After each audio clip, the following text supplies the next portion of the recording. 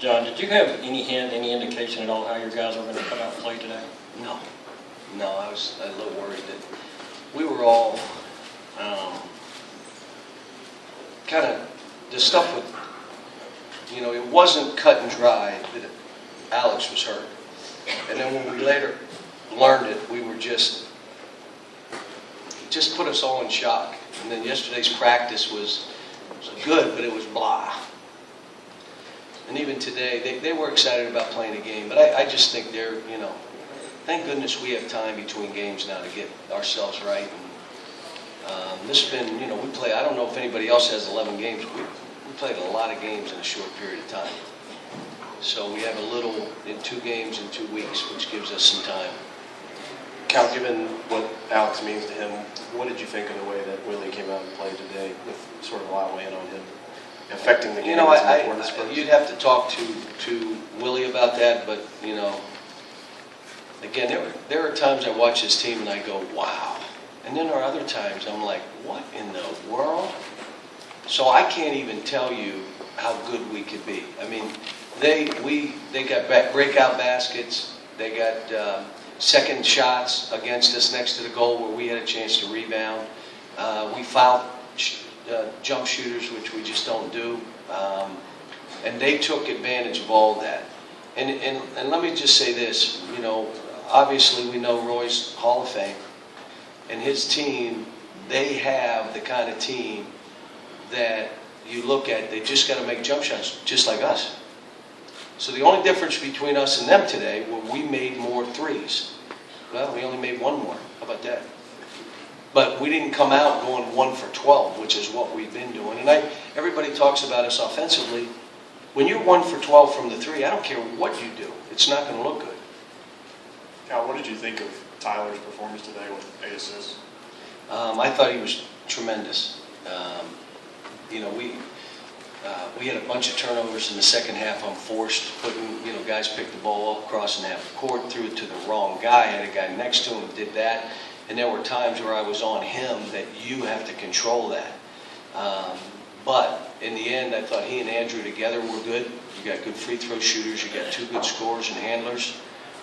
There's a lot of things we got to try. I mean, I platooned today, but I did it with 9 guys instead of doing it with 10. My plan was to give Derek an opportunity to slide in, and the game went the way it went. I just, you know, kept going the way we went. So, you know, he didn't get that chance. But I thought, you know, again, he's going to be fine. Now, when you say you were worried, did you think there might be a little bit of a rush emotionally at the beginning, and then did you worry about what might happen after that first wave? No, I knew if I thought the first group didn't have the energy I wanted to see, so I just put in the other group. See, the one thing that Tyler and Devin bring to the table is an energy level. They both do. It's not just Tyler. Devin does too. I was so pleased with how Trey played. But he only gets 3 rebounds. Come on now. Come on. You're a 10-rebound guy. And Carl struggled today, but Carl's going to be fine. We all know how good he is. He, you know, the game got a little physical, and there was a little bit of fight there, but... John, what went into your thinking about going with a Trey with the other 4 guys in that platoon, and then leaving him in with the second guys? Because he had played with the second guys, and that's why I did it.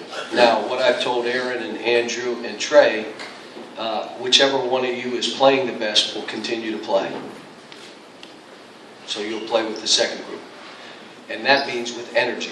If you're out there going crazy and you got great energy, then you'll stay in. If you don't have great energy, jogging and standing up, and you're out. You want to stay in? Great energy. You know, my plan was to do what we did and then try to get Derek in on that 3rd wave, because I think Derek has to be in with that veteran team to give him a true chance. John, the substitution patterns today, not using Derek and all of that, is that a matter of survive today and then spend the next 2 weeks figuring out how the subs and the platoons might work? Yeah, I mean, you had 1, 2, 3, 4, 5, 6, 7, 8. 8 guys played 20 minutes, and Marcus Lee played 12 and got 8 points in 12 minutes. And the reason he played 12 is because Willie Cauley played 28. And Willie Cauley was really good today. Was there a point when Alex addressed the team? Was it before the game? Was it No, he just came in. He came in before. He didn't. I had him say the prayer. He looked at me, and then he said it. He said a good prayer for the guys. So usually pick somebody. I picked him today. What did it mean to have him here? I know you didn't know if he was going to be here. He was here for the whole time. What does that mean for the guys to see that he's doing okay, that he's going to get through this? Well, I got emotional prior to the game just thinking about it. Like I was looking, where's he sitting? Where is he? And then the thought of he's missing this whole season hit me. And I had to gather myself before I went in that first time out. It's kind of like on senior night when it really hits you as a coach that this is the last home game you're going to coach this guy.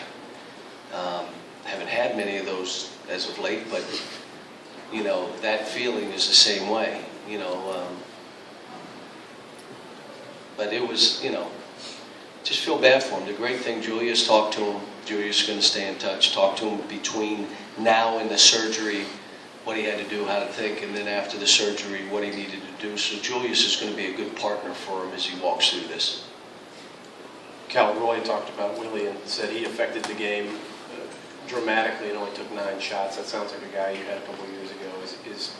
Is Willie becoming something bigger than you even, I know you talk about how he never knew what he could be, but more than maybe what you thought he could be? You're talking about a junior. You're talking about a guy that's played against some of the best players in the country, and he's a veteran. He's coming into his own. He's figuring out who he is as a person, as a player, and he's doing it now.